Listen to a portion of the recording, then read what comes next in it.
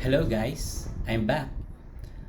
Today I'm going to show you how to install Oracle server in your machine regardless of any operating system you have, because today I'm going to use Docker to install Oracle.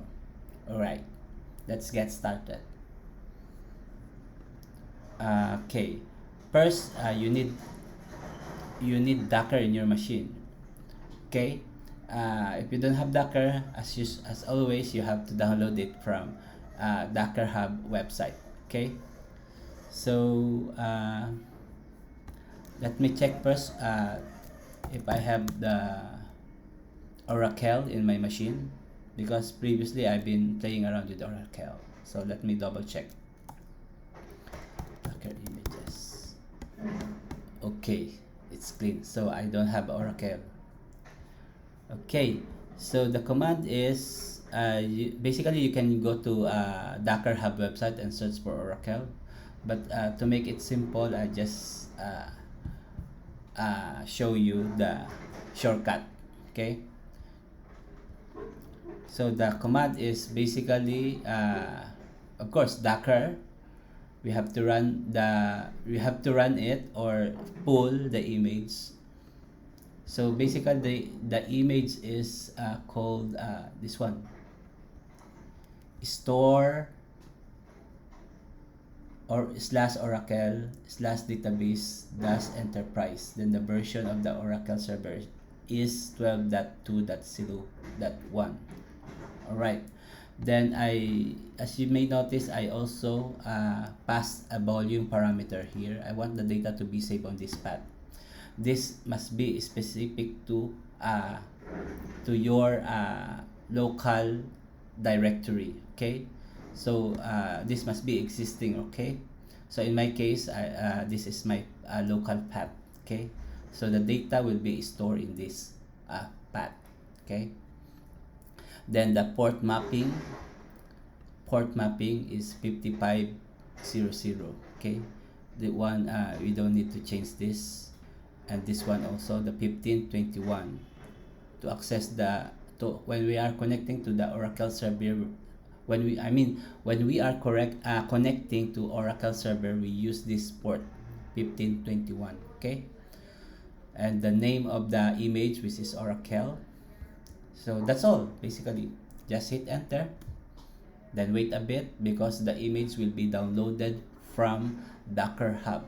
Okay, so of course, after downloading the image and installed in our machine, we need to test, right, if we can connect to the server. So in that case, we need some database client like dbeaver. Actually, I already have this dbeaver client. This is a community version. You can download it from dbeaver website. This is free. Okay, so okay, let's wait a bit so we can test if we can connect successfully to our Oracle server. Wait a bit. So basically we just need to make a connection here, create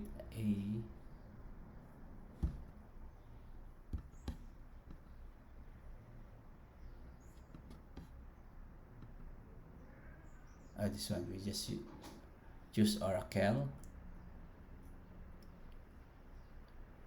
Oops, wait, I forget. Before we can connect, we need to specify some parameters like username, password, right? We still need to create that. Okay, so let me create before we connect. It's a bit big. The image is 2.7 gigabytes. So after this, we need to create username and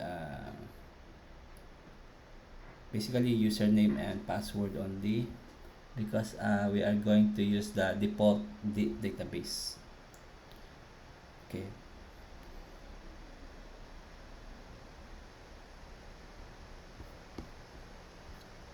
let me check the command for how to basically we need to connect as sysdba.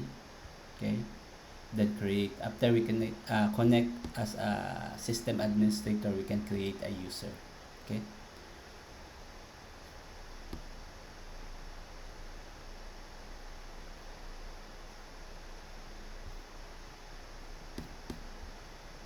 it's almost done. We can even, I think, if I'm not mistaken, we can even go inside the uh, directory where we installed the Oracle. So we can execute this command.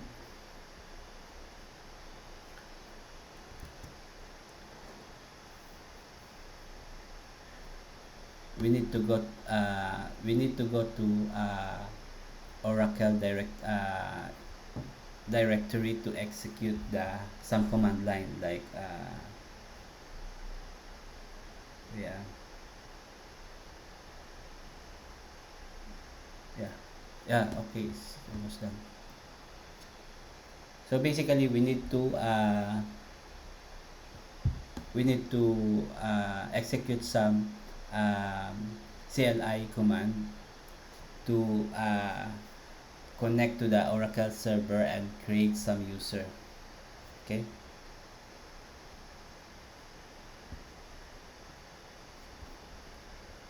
so we first we need to execute this command, docker exec.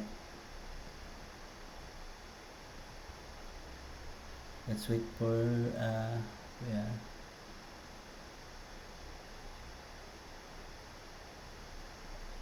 wait, before we, let me check first the image, whether it's up and running or not. Docker ps. Okay, I think it's up and running already. So this is the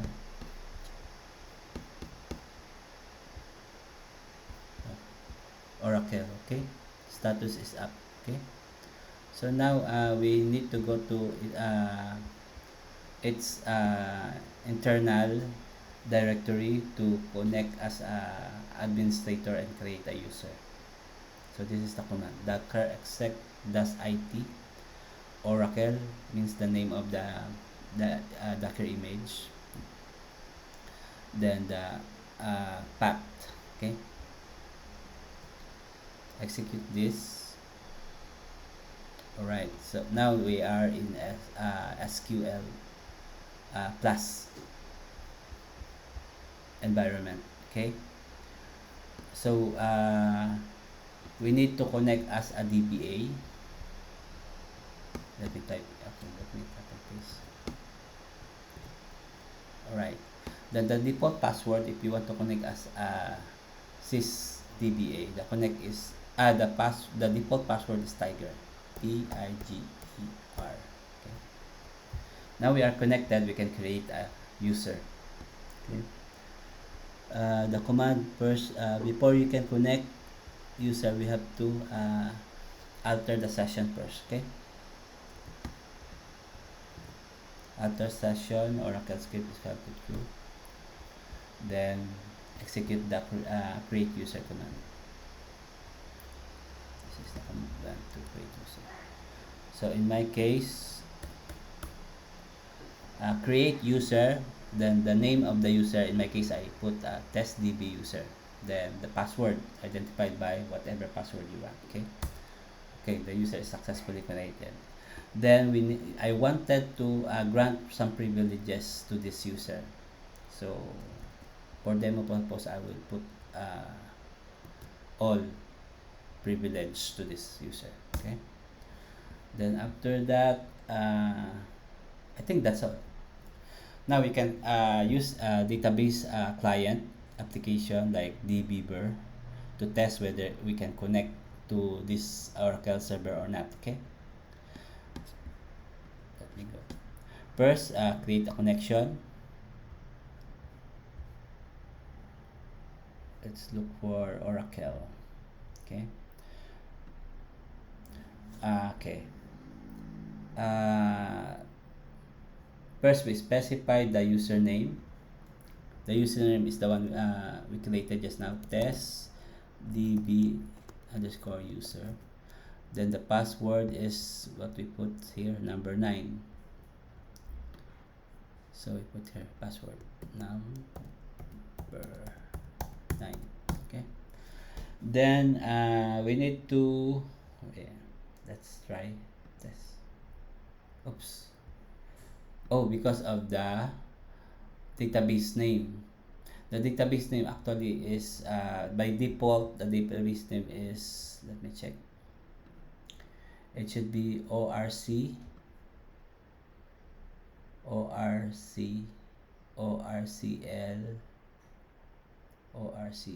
CDB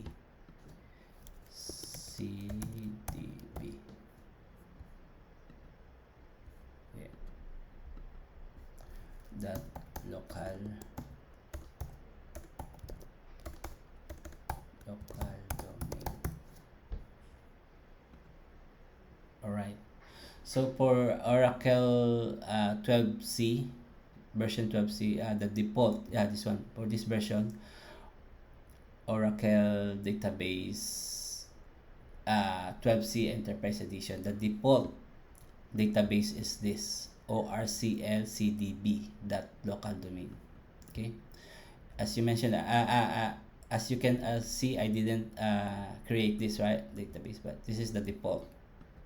Then what we created only is the username, which is this one, and the password, right? Okay, that's, I think that's all. Then finish. Then let me browse the user. So this is the one we created, test db user. Okay, inside this user you can see the tables. Okay, now it's empty because we didn't create that.